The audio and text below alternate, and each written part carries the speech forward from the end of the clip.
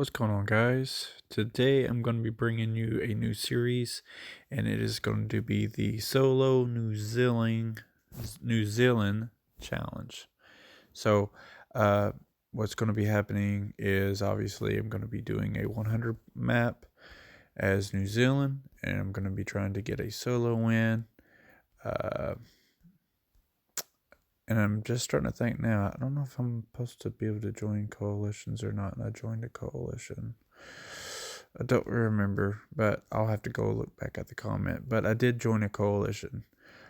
What has happened so far is uh, this coalition called Ocean has formed together into a full coalition, and I am New Zealand.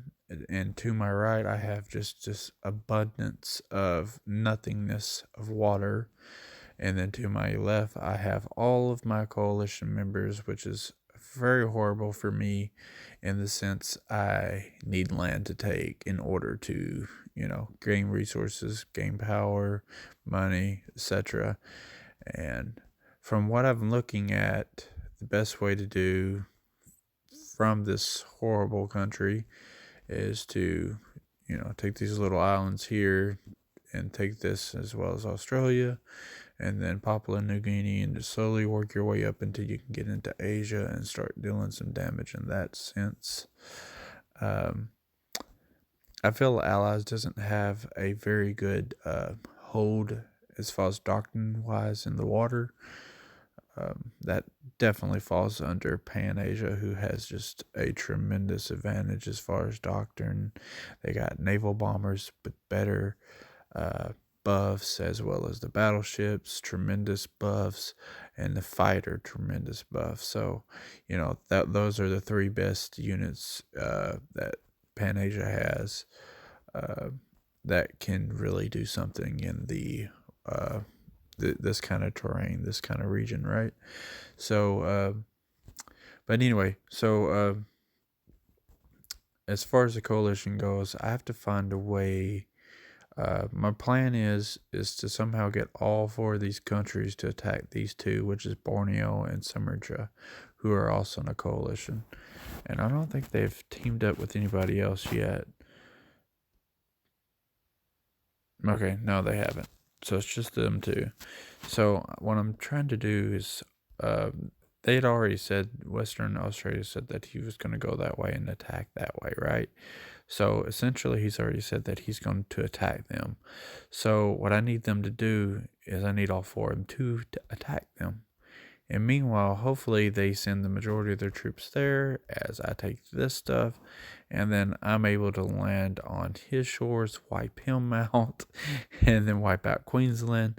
And then hopefully fight off Papua New Guinea with whatever navy I have, which will be very difficult to do probably. But hopefully, because they are Pan Asia, right? Yeah. So he will have the advantage in the water. And then Western Australia, hopefully I can wipe him out at that point by land and then have to deal with Papua New Guinea and somehow try to deal with his water or reach some kind of truce with him maybe. I don't know. We will see. But trying to get Australia is definitely going to be uh, my main goal there. So, but yeah, that's going to be the goal there, I think. So I'm building my artillery from here. Navy from Wellington, as well as Greymount. And then here I'm building my tank factory here at Christian Church. And let's see, we're going to split this over here. Here I am building some infantry. It's going to be my barracks. So what I'm going to do is send most of my troops here, take that, essentially all my troops there, and then rebuild my barracks. Let's go ahead and send that over here too, just in case. Send my barracks, setting up there, and as you can see, like going to leave that there. But I'm going to set my rally points. Let's see here a good example. Like my rally points is going to go there. And essentially, I had more tanks here. I was going to build a couple tanks. What my plan was to build battleships for the Navy and just kind of island hop and kill stuff. But even I don't think that's going to be like I think that's what I was going to do with Pan Asia. I was going to just use battleships and that kind of ordeal. But now that I'm allies in that Pan Asia, that means things change. So what I'm going to have to do is just slowly march my way to the mainland. And when I get to the mainland, it'll just be essentially my allies build will work a whole lot better. So instead of building the tanks, I'm going to go back to armor cars until I can get tank destroyers, which will be day 2. Slowly incorporate tank destroyers there.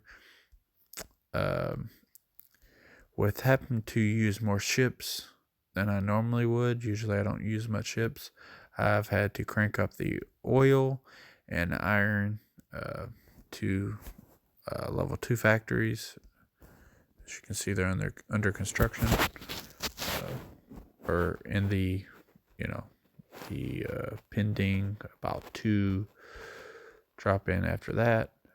As you can see, I'm low on oil, so definitely want to make sure I'm doing that.